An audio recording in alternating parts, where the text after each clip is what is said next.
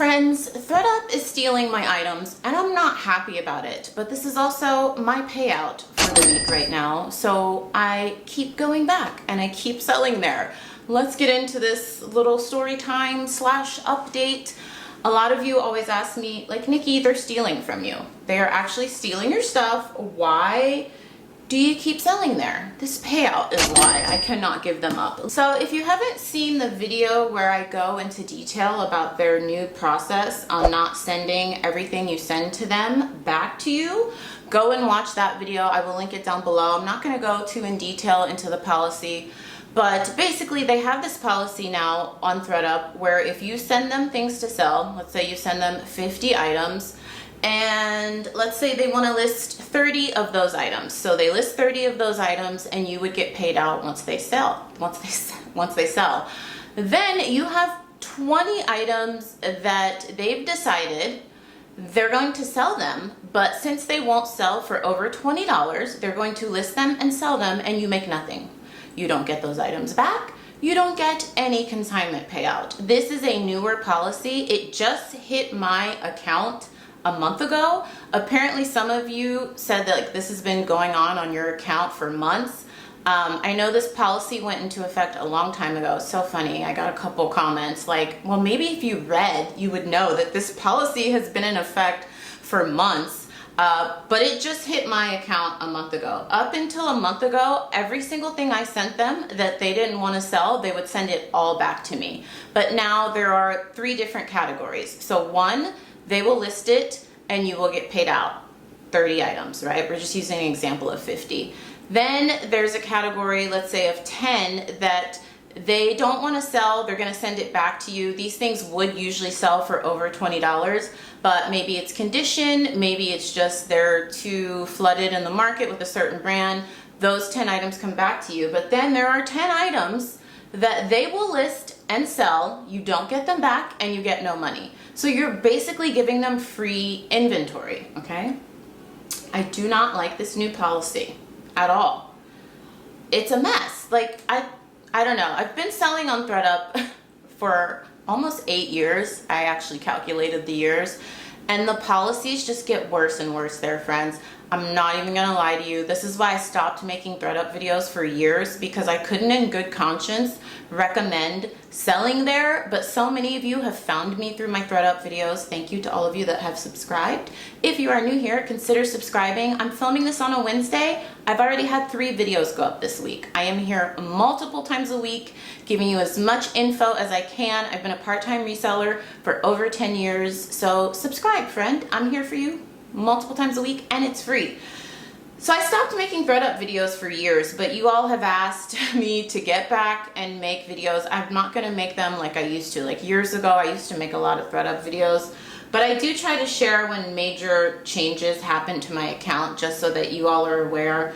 And the number 1 question I get is, well, why do you still sell there? Because I still do make really good money reselling there. And if you are a reseller that is really limited on time, but you want to make more income, ThredUp can be great, but it can also be a pain because now their fees are higher, they lose your stuff, not often, they keep your stuff, you're basically giving them free inventory. So I just had a kit process. I was doing like a test kit since this just hit my account a month ago.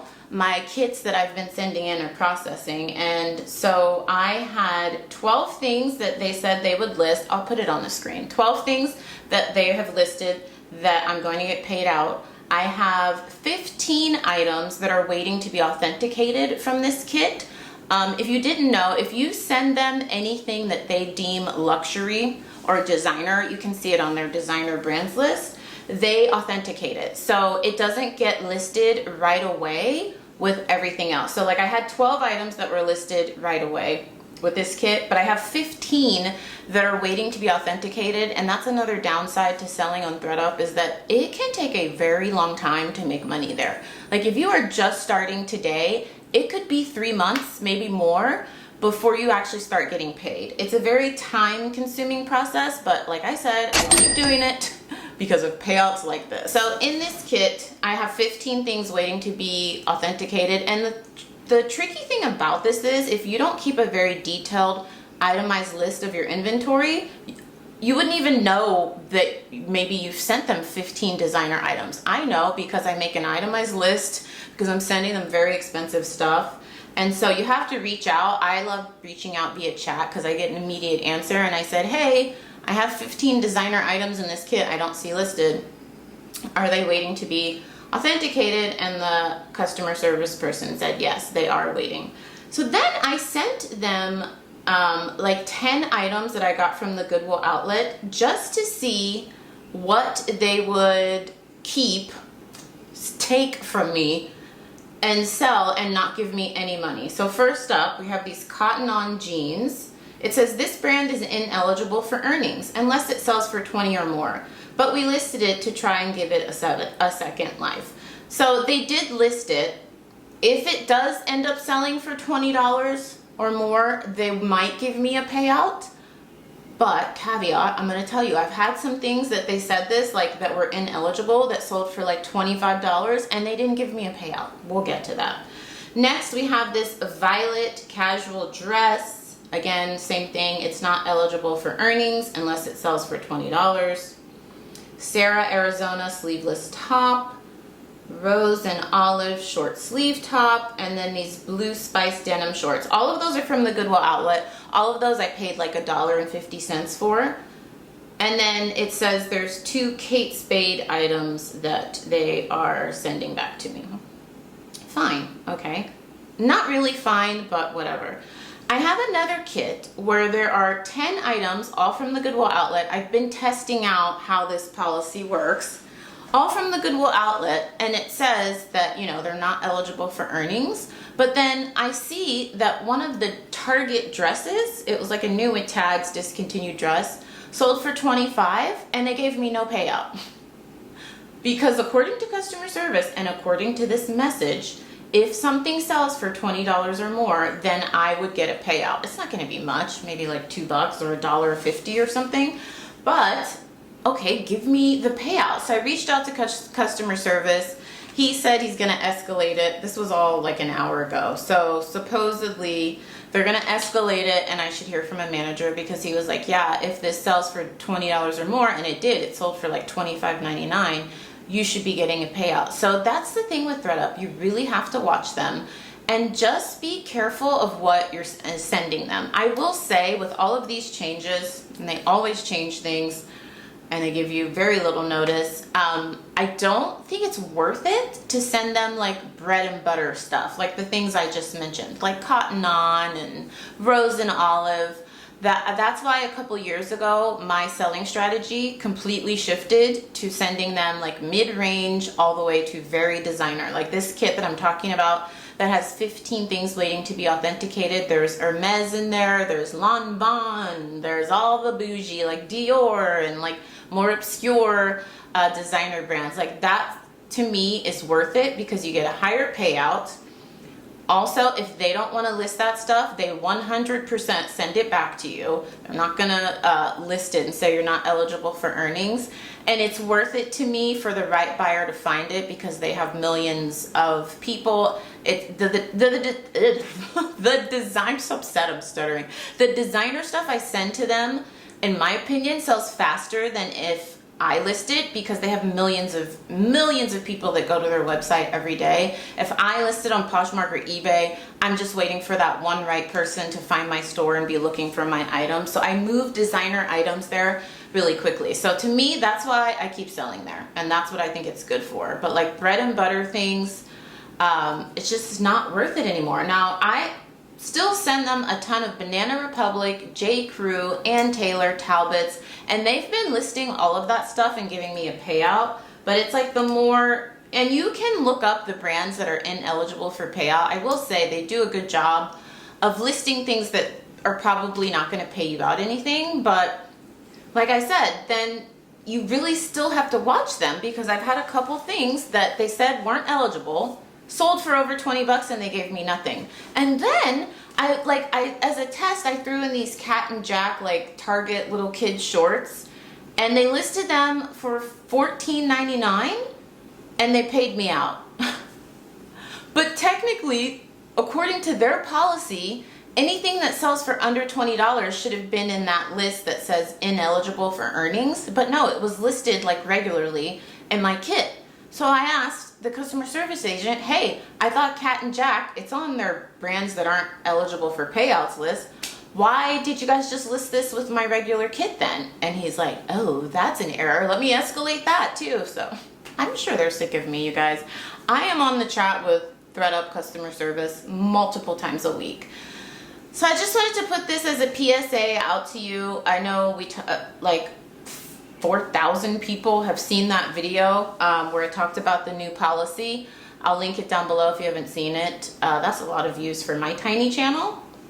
But I just wanted to update you that that new policy is not straightforward. You have to babysit them because some things may sell for over 20 and you get no money if you're not staying on top of it. I have about 700 items at ThredUp right now for sale. So I am on them all the time. I'm on that website and I have their app on my phone. I'm on there multiple times a day because I have stuff selling, I have kits processing, I have things I have to reclaim. So I'm on there multiple times a day. So a cautionary tale from me to you, if you're going to sell there, just know you have to babysit, stay on top of your items, make an itemized list of everything you send them.